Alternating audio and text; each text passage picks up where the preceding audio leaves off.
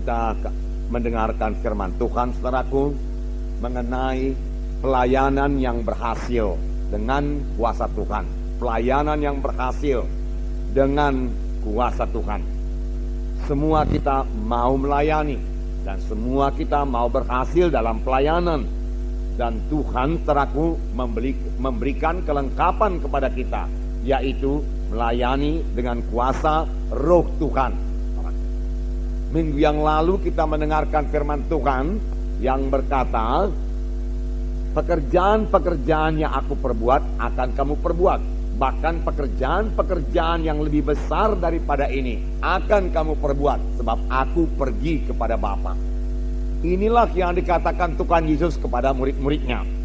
Tetapi saya percaya perkataan ini juga kepada kita masing-masing, anak-anak Tuhan pada zaman sekarang ini. Kita akan mengerjakan pekerjaan-pekerjaan yang dikerjakan oleh Tuhan Yesus. Bahkan pekerjaan-pekerjaan yang lebih besar daripada yang dikerjakan oleh Tuhan Yesus. Pekerjaan-pekerjaan apakah yang dikerjakan oleh Tuhan Yesus? Buku Injil menerangkannya, saudara. Yesus mengajar, memberitakan firman Tuhan. Tetapi ahli-ahli Taurat mengatakan lain sekali pengajaran Tuhan Yesus. Karena Tuhan Yesus mengajar bukan seperti pengajar-pengajar ahli-ahli Taurat. Tetapi Tuhan Yesus mengajar dengan kuasa. Dan ditambah lagi pengajaran Tuhan Yesus disertai dengan tanda-tanda ajaib dan tanda-tanda mujizat. Orang buta melihat, orang kusta disembuhkan, orang tuli mendengar, saudaraku, orang lumpuh berjalan. Inilah pekerjaan-pekerjaan yang dilaksanakan oleh Tuhan Yesus. Dan orang berbondong-bondong mengikuti Tuhan Yesus. Kemana saja Tuhan berangkat mengabarkan Injil, orang berbondong-bondong mengikuti Tuhan Yesus. Inilah macamnya pelayanan yang dikerjakan oleh Tuhan Yesus. Dan Tuhan sendiri berkata, pekerjaan-pekerjaan yang aku kerjakan ini akan kamu kerjakan. Bahkan pekerjaan yang lebih besar lagi daripada ini akan kamu kerjakan. Sebab aku pergi kepada Bapa. Saya yakin, saudaraku, maksud Tuhan Yesus, walaupun aku pergi kepada Bapa, aku mau pekerjaan-pekerjaan seperti ini tidak berhenti. Dan karena aku pergi kepada Bapa, kamulah yang melaksanakannya. Kamu melaksanakannya bukan dengan kekuatanmu sendiri. Kamu melaksanakannya dengan kuasaku yang kuberikan kepadamu. Firman Tuhan berkata. Itu sebabnya saudaraku, Tuhan Yesus berkata kepada murid-muridnya sebelum dia naik ke sorga, tunggulah di Yerusalem sampai kamu dilengkapi dengan kuasa dari mati. Karena Yohanes membaptis kamu dengan air, tetapi tidak lama lagi kamu akan dibaptis dengan Roh Kudus. Murid-murid tidak mengerti apa itu maksudnya baptis Roh Kudus. Dan mereka bertanya dengan pertanyaan teraku yang berasal daripada cara berpikir manusiawi. Tuhan, pada masa ini kan Engkau membangunkan kembali kerajaan bagi Bani Israel? Tuhan Yesus menjawab, bukan itu yang kumaksudkan. Bahkan engkau tidak perlu mengetahui masa dan ketikanya yang hanya diketahui Bapa di sorga. Tetapi kamu akan beroleh kuasa kelak. Kamu akan beroleh kuasa kelak apabila Roh Kudus turun ke atas kamu. Dan kamu akan menjadi saksi bagiku di Yerusalem, Yudea, Samaria, hingga sampai ke ujung bumi. Kamu akan beroleh kuasa.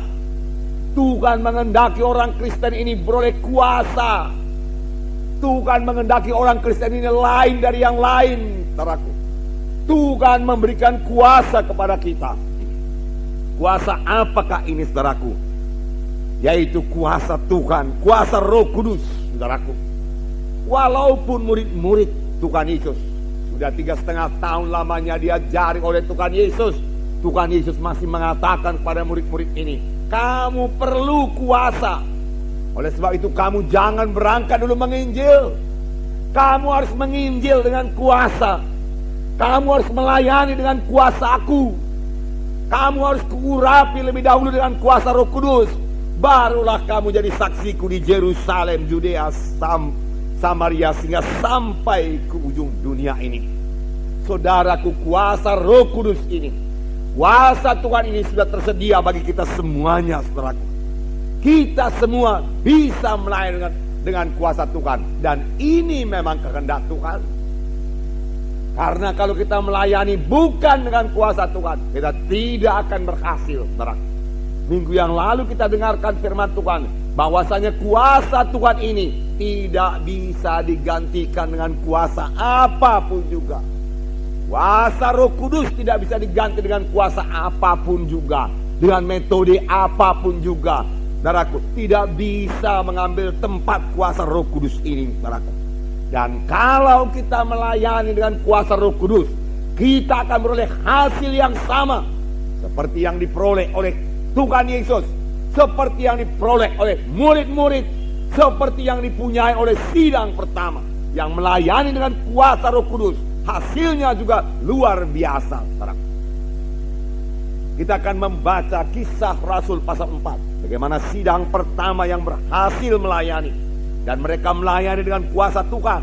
Di sini kita melihat, saudaraku, pelayanan Petrus dan Yohanes dengan kuasa Tuhan, sehingga 5.000 orang bertobat, saudaraku. Dan ini menyebabkan, saudaraku, imam-imam besar, ahli-ahli Taurat, tua-tua orang Yahudi, saudaraku, marah semuanya dan melarang Petrus dan Yohanes untuk mengabarkan Injil. Tetapi dan Yohanes berkata, tidak mungkin bagi kami untuk berhenti mengabarkan Injil. Petrus dan Yohanes menang menghadapi tantangan-tantangan itu semua. Kita melihat pelayanannya yang berkuasa, pelayanan Petrus dan Yohanes yang berkuasa, karena diurapi oleh Roh Kudus. Puji Tuhan, luar biasa kuasa Tuhan. Kita melihat, saudaraku, pelayanan Petrus dan Yohanes yang sangat berhasil, saudaraku. Dan nanti akan kita lihat bahwasanya mereka ini melayani dengan kuasa Tuhan. Mereka penuh dengan Roh Tuhan. Ada waktu mereka mulai berbicara, tentu yang dibicarakan mereka adalah Injil Yesus Kristus. 5.000 orang laki-laki bertobat. Ini merupakan satu pertumbuhan gereja yang sangat pesat. Sekarang ini pun masih jarang-jarang kejadian, tetapi bukan tidak boleh terjadi, saudaraku. Bahkan ini harus terjadi, saudaraku. Dalam satu hari 5.000 orang bertobat, saudaraku. Dan kita mengetahui, saudaraku, bahwa dalam pasal sebelumnya, yaitu pasal 3, Petrus dan Yohanes ini berjalan ke bait Allah. Dan di pintu bait Elok dia melihat seorang yang tepok. Dan dia berkata, emas dan perak tidak ada padaku, tetapi apa yang ada padaku, apa yang ada padaku kuberikan kepadamu. Di dalam nama Yesus, orang Nazaret itu bangkit dan berjalan. Lalu dia memegang tangan orang itu, membangkitkan orang itu, dan orang itu berjalan, saudaraku. Apa yang ada padaku, apakah yang ada pada Petrus? Petrus memiliki kuasa Tuhan. Kuasa apakah itu? Kuasa Roh Kudus, saudaraku. Di dalam nama Yesus bangkit dan berjalan. Lalu, saudaraku, orang-orang dalam bait Allah menjadi heran. Lalu Petrus memberitakan Injil yang sebahagian kita dengar dalam pasal 4 ini. Dan akibatnya 5.000 orang bertobat. Sidang pertama sama sekali tidak punya gedung gereja, saudaraku. Tidak, saudaraku. Bahkan mereka tidak punya peralatan-peralatan modern seperti yang kita punya sekarang. Tetapi satu perkara yang pasti, mereka memiliki kuasa Roh Kudus di dalam hidup mereka dan di dalam pelayanan mereka. Sebagai akibatnya gereja berkembang dengan pesat, saudaraku. Tetapi Roh Kudus bukan hanya bagi sidang pertama saja, saudaraku. Saudara, pada zaman akhir ini Roh Kudus sudah sangat luber dicurahkan, saudaraku. Oleh sebab itu, apa yang dikatakan Tuhan Yesus, apa yang disuruh oleh Tuhan Yesus, kita akan mengerjakan pekerjaan-pekerjaan yang besar. Bisalah kita kerjakan sekarang ini, saudaraku.